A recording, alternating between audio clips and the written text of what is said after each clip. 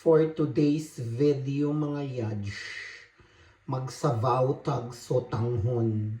Ito yung lamas natin, ahos, bombay at luya.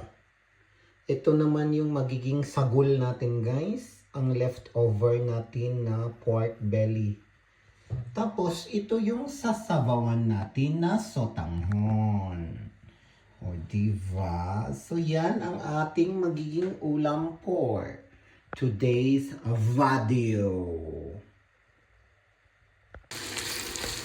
So, yan na guys. Piniprito na natin yung mga lamas natin with the carne. So, yan.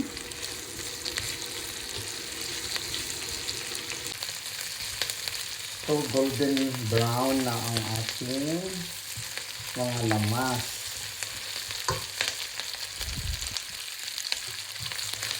Yan. So, lagyan na natin ng pinakuloang tubig.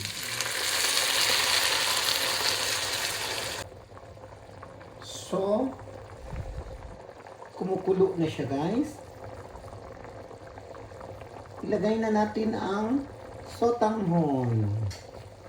Yan. At ukay-ukayin lang natin.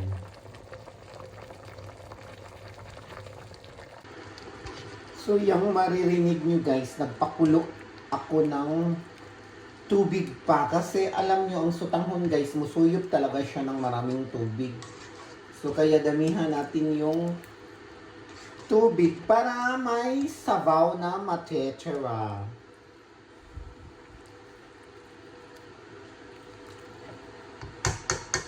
Yan. Sinabawang sotanghon.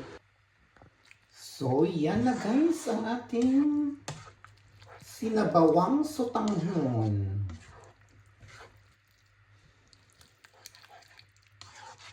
So, magkakakain na tayo guys ng sinabawang sotanghon.